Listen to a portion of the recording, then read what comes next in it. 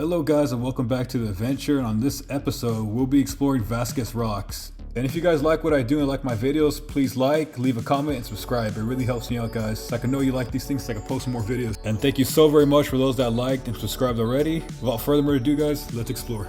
Vasquez Rocks is by far my most favorite natural area in all SoCal.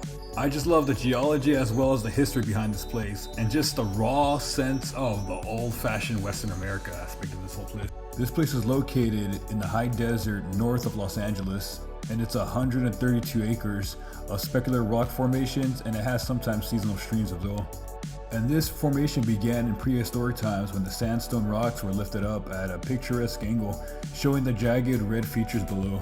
And weirdly enough, they named it Vasquez Rocks because in the mid-1800s, a Robin Hood bandit named Tiburcio Vasquez would use the cave and the rocks as a highway and a hideout from the sheriff posse, as well as other vigilantes that were on this trail. But two things are going around, so it's debating whether or not to change the name to, I guess, the original tribe that settled these lands.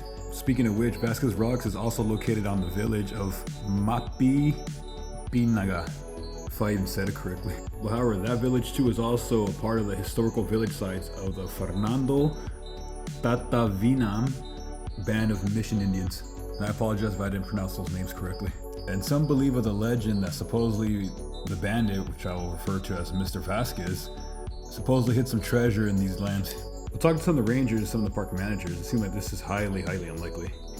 Well, moving on from that, since this is within the Los Angeles County region and within the film radius, this is actually a very popular film site. And those iconic jagged rocks made their appearance on TV shows, movies, music videos, and video games. Well, one video game. That video game being Prey from 2006. And some of the music videos that were filmed here were Michael Jackson's Black and White, Marilyn Manson's Mob Scene, Rihanna's Rehab, One Direction's Steal My Girl, if you guys remember them, and Radiohead's High and Dry. There were of course many more, but for now let's talk about the movies that were filmed here.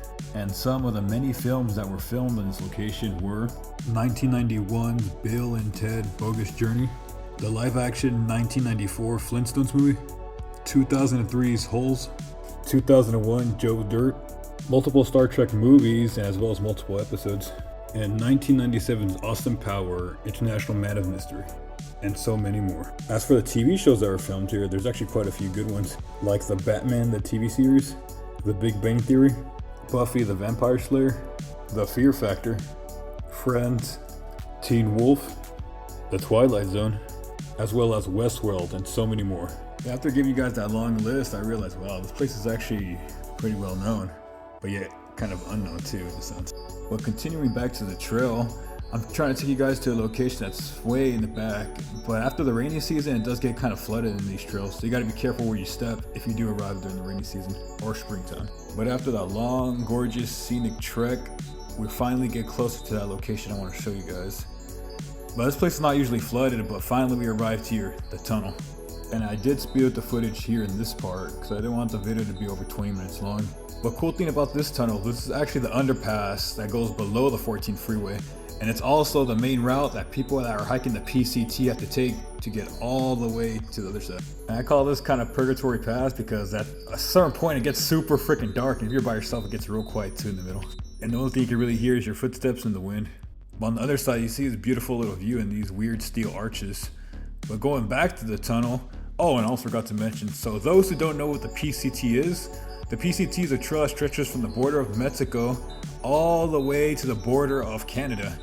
And it's a trail that takes about, I think, 4 to 6 months, depending on your physical fitness, or longer. But it's a famous trail that literally crosses the whole West Coast.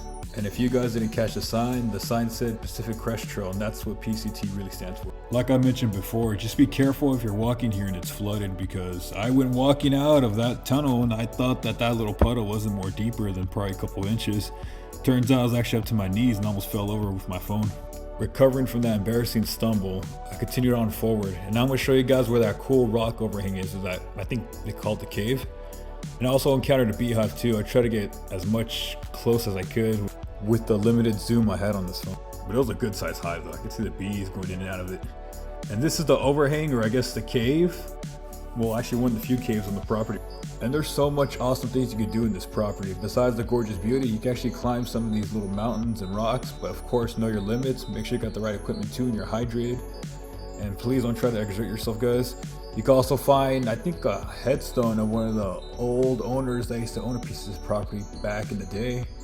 And there's also, I think they're called, well, they're basically like paintings from the natives at the time. I actually only seen pictures of it, but I never actually been there in person. But I believe they're kind of protected too, because they don't want the public having access. So, I guess I probably shouldn't mention it. But with all that aside, guys, I really do hope you do choose to visit this place one day. It's a gorgeous property with so many cool things you can see, and not just the Pinnacle Rocks or the Vasquez Rocks. It's a really cool place to visit, guys. I highly recommend it. You'll have a great time here. And there's also too a visitor center as well. And at that visitor center, you can actually see some of the local wildlife, such as a rattlesnake, a gopher snake, a rare rosy boa, and a tarantula, as well as other cool facts about the property and what movies were filmed there and stuff like that. You can actually peek that Vasquez Rocks top peak too as well. And I'm going to end the video here, guys. Well, thank you so much, guys, for watching. I appreciate for those that subscribe and like my videos and left a comment. Thank you so much, all you guys, for your support. I hope you guys enjoying these adventures. Please take care. Have a great day, guys, and be safe out there. And this is the snake I was talking about they have in display.